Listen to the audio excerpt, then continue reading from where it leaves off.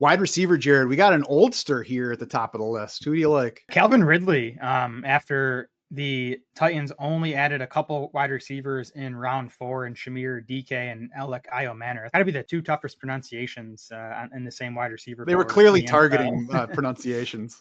Yeah, I think I got those right though. But I mean, we liked Iomanner. I still do like Iomanner. I think he has a chance even this season to, by the end of the year, be Tennessee's number 2 wide receiver. But I don't think either of those guys or Tyler Lockett is a real threat to Calvin Ridley's role as the clear number 1 target in this passing game. You look last year, Calvin Ridley finished the season with a 22.5% target share. But that spiked to 24% in the 11 games after DeAndre Hopkins was traded to Kansas City. And you look at this roster, it's kind of a similar spot for Ridley. I mean, maybe a bit more target competition than he had last year, but I still think, 24% of the targets is in play for him this season. Hopefully Cam Ward proves to be a pretty significant quarterback upgrade.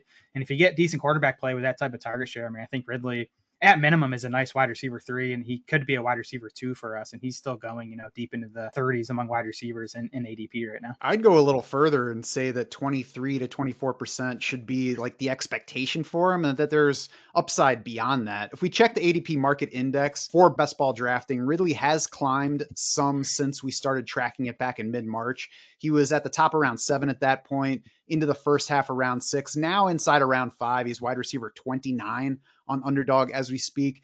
That's a little ahead of our wide receiver 34 placement for him in our half PPR rankings.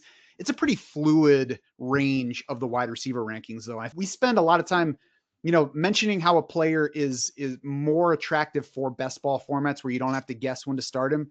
I think Calvin Ridley might actually go the other way this year and be somebody that you want more in a lineup setting format, because I'm not sure about the ultimate ceiling. I don't know that he really has upside into wide receiver 1 range, but I do think he has the upside to average 9 targets a game and give us usable numbers every week. And then, of course, spikes here and there where he scores touchdowns, because he's clearly the lead target for a team where everybody else is either old or unproven. I don't get excited about Calvin Ridley, but I'm definitely interested in him in that range.